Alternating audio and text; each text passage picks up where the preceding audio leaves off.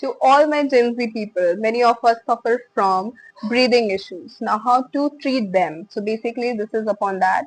Whenever you are stressed or depressed, all you have to do is try these sort of breathings. Now, what is that? Take a deep breath and relax. Again, take a deep breath, relax. Do it at least 4 to 5 times. This is going to relax you from inside, and practice positive speaking. That yes, I'm gonna handle it. Yes, I'm going to do it. Yes, I will make it happen.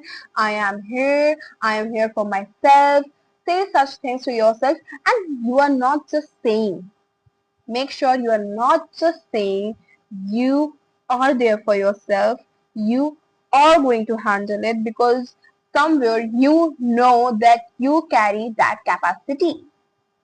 That's all. Bye.